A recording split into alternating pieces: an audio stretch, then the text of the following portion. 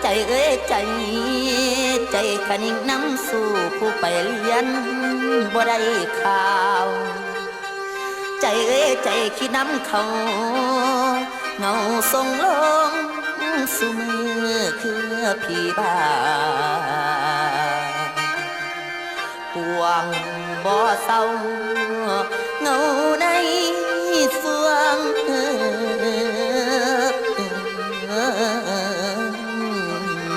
สิตายแล้ว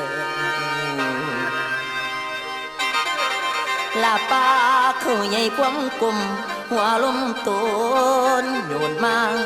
พาปาเขาดอกออกคักแล้วจนนุ่งเกี่ยวบ่ทันมาคือกันกับน้องผู้ไปท่องเรียนหนังสือปล่อยอ้ายถือหาคนเดียวให้เหี่ยวตายคาข้างทวนความหลังจนฝันเพื่ออ้ายกับเพื่อหลายปีก่อนหัวหน้าดอนบอนเป็นเหือสัญญาไว้ป้าสิทางปล่อยให้เป็นเล่าห้างไทยปลูกอย่างคือสิคองวางอนาคตไว้ความโห่ต่อกันอ้ายเหลือใจจนให้กันแต่กะบ่ขัดขวางมันเป็นล้างในจิตคิดลายจนเพลินจนละเมอคือบ้างอยเถียงนางกังโกบซองโอ้ยโนจนละเมอคือบ้างอยเถียงนางกังโกบซอง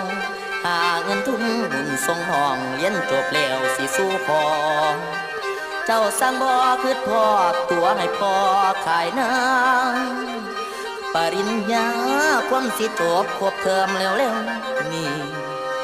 จนว่าปีสุดท้ายจังหูข่าวเราความจริงว่าเจ้าไปหลงผิดเสียคนแต่รุ่นแล้วมาหูแก้วตอนเขาทิมหนังสือพิมพ์แชร์ความสัวโอ้ยน้องอยู่กันเป็นเมียผัวปล่อยทั่วมัวยาบาเขาตีขาจนว่าสูมเขาชมรมเด็กแนวในเมืองใหญ่ตื่นแสงไฟในแมนฉันช่างงามสมแฟฉันรู้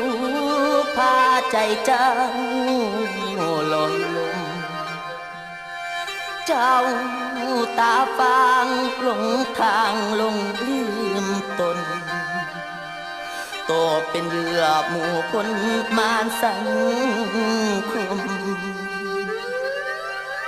อายเบิ่งข่าวจนเสลมเคเบิ่งโฮมทีวีเอาข่าวเจ้ามาตีแพ้เห็นภาพนางแพ้แว่จังให้แพ้สินบ่เอาเจ้าหน้าที่บุกเข้ากวาดล้างไงเอาไปขังปิดหนทางนิสิตมหาวิทยาลัยลมพอนอนสมลมป่วยไข้แม่เป็นโรคหัวใจ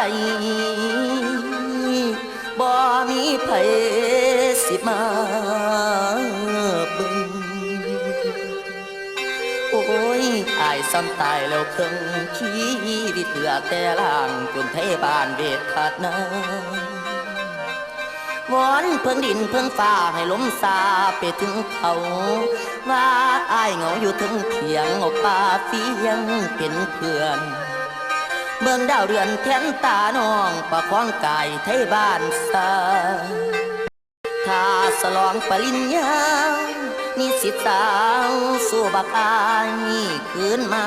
บ้านพ่อแม่ของอยู่เดิงนาง